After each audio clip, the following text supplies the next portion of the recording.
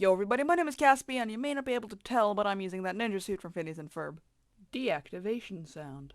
Oh damn, guess I'll come up with another ninja-based joke. I guess for inspiration I should play Ninja Gaiden. Yeah, I love Ninja Gaiden. The platforming, the art, the monkey.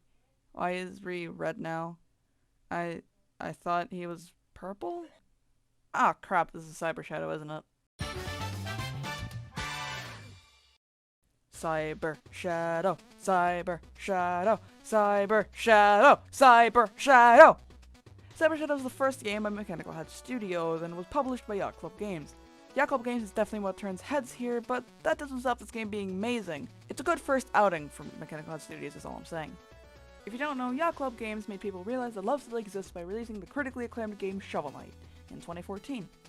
If you haven't even heard of Shovel Knight, well, you might as well be thrown in a dumpster filled with moldy-bred pig's asses and white garbage. And don't worry, I am planning to do a video on Shovel Knight sometime in the future, but for now, we should talk about Cyber Shadow. Is it any good? Is it worth the price? Is it worth leaving all your loved ones behind just to play it? Is it worth selling your soul just to own it? The answers to all these questions is an astounding depends!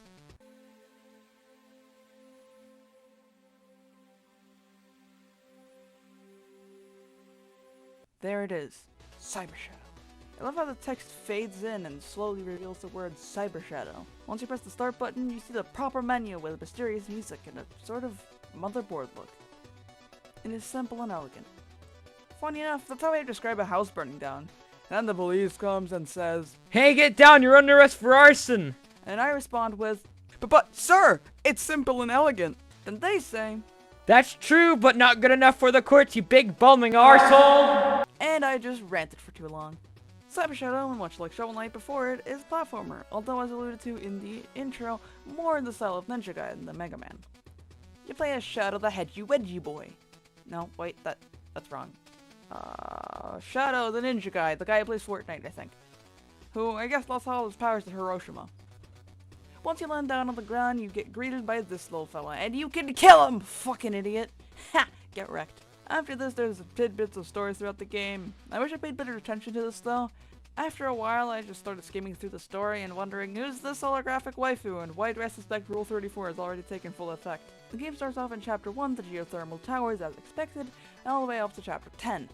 And it starts off harmless enough, but after some time you realize this game slaps your penis 13 times a second for 3 hours at a time, and by that I mean this game is hard. Like my cup. But the game is never unfair. Every time I die, it's my fault for being a stinky little poopy head. Mainly because I got impatient and started trying speedrun game already. You know, like a dumbass.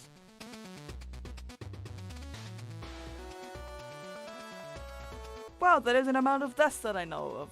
Of course, the regular platforming is great, and later on you get upgrades, and there's a level with a talking motorcycle who, by the way, can also transform into a mech. So if you aren't sold yet, you are now.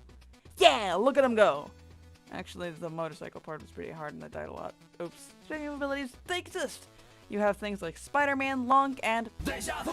This ability also includes a dash. Some of them you need SP, usually got by killing enemies or destroying environments, like lamps, boxes, etc. All these are nice, but some are clearly more useful than others, like the fireball thing, which is kinda useless. I only used it for going for secrets, and this really hard boss! Chill, Kepler, chill, you're not there yet, okay? You know, chill. Some of them are obtained from these folks who, don't know what they do. Maybe if I paid attention to the fucking storyline. Some I gotten from meditating at these shrines and doing a challenge, like killing this thing, or monkey. Monkey, yeah, that. Hey guys, I found him. It's Reed. It's it. It's the guy from the oldest Ninja Fortnite Man game.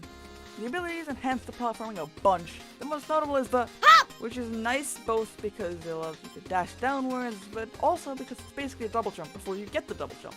As I just said, there's a double jump, and that's all I have to say about that. Sprint/dash is the most interesting because of how it works. You double tap the D-pad or joystick or whatever button you use for walking, and if you attack whilst running, you'll dash. And this can also be done mid-air. I did find it a bit finicky, but that's probably just because I used the joystick. Also, there's the deflect. I never really got the hang of it. You have to press the opposite direction right as the projectile is about to hit you, and then you can punch it back for a short time. It seems really good, but I just couldn't get it to work, at least consistently. There are also some power-ups or boons that you can get at these weird tombstone checkpoints. They do fit though, as you go to the grave very often. power-ups are gotten upon respawning, as long as you have bought them with the gold things. I don't really know what they are. I'm gonna call them gold things. They range from the shields to a thing that recharges SP. These are nice, but the best one is easily the swag blade. Talk about a mid-2000s rap artist name. Jeez.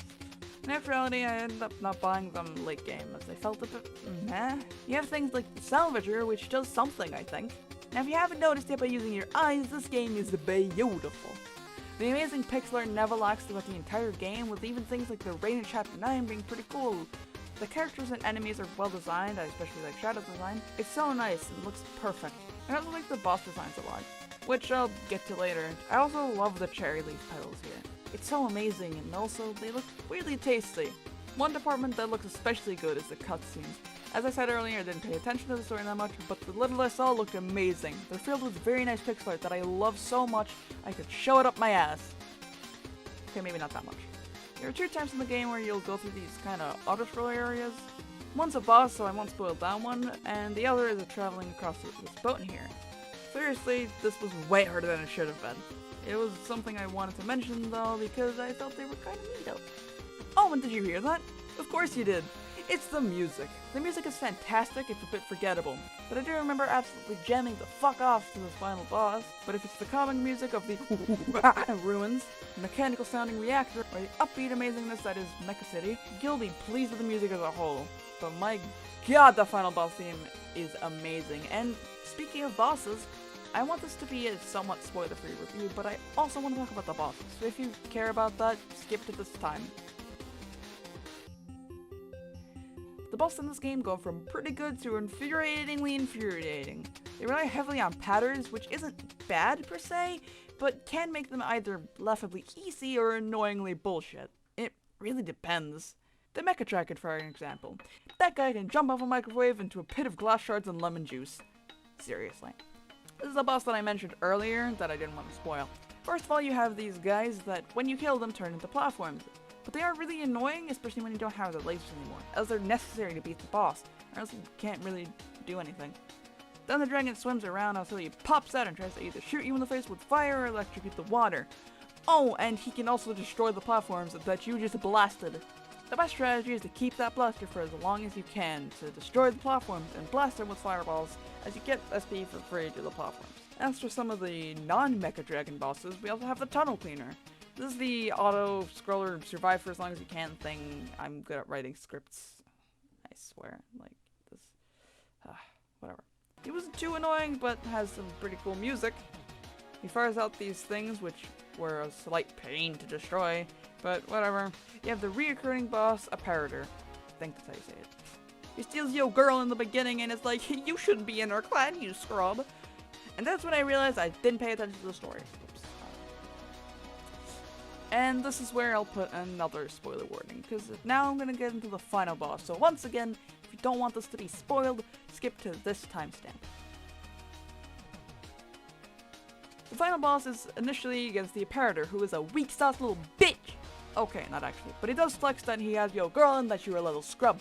You beat his little face hole, and then this chick's dad is like, bruh, you are stinky, let me handle this. This is where you get the phase 2. This phase is quite hard as he has a very small hitbox that can be hard to hit at times, along with him encasing himself in this bubble that bounces you back into stuff when you hit it. And then there's these fire things, they suck as well. They follow you until they hit the ground. At that point they start shooting constantly. You can't get past unless you dash or deflect. I'm bad at deflecting, and dash might lead to death, so I ended up slashing through it. Lastly, he shoots out these balls that explode on impact with the ground and half the time follows you.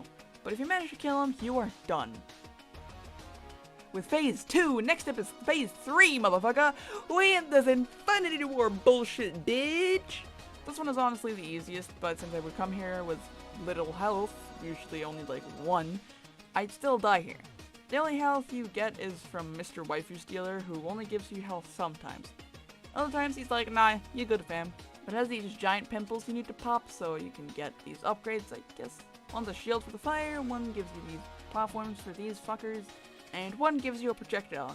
He sends out these spikes that stick in the ground, so you'll have to destroy them, but sometimes I forget, and the spikes would kill me anyways. Because I'm 1 HP, and I suck. yeah. He also sent some fireballs, and he planted these spikes in the ground.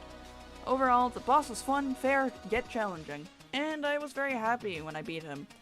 After you beat him, you go down the tower, open up the chamber that your waifu was in, and that's Cyber Shadow. So yeah, that was Cyber Shadow.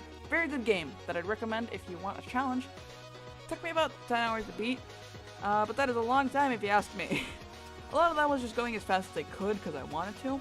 Also because I'm bad. And then I die a lot because I mess up me being fast. I would love to speed it in this though, and I was thinking about it, but then the video would have been delayed a lot more than it already was, so I decided not to do that yet. So, is it worth selling your soul over for? No. Is it still an amazing platformer? Absolutely. Thank you guys so much for watching. Thank you to Odin, specifically, for voicing the police officer here. He's a good friend of mine. Go check his YouTube channel out if it's in the description, if I remember, because I'm kind of thinking. And if you want another video, check out this video. We have the newest video and the previous video, which is Pep Shroud with the Cat Simulator 2015. Follow me on Twitter, follow me on Twitch, and join me to the Discord server, blah blah blah, Cock and Ball Torture.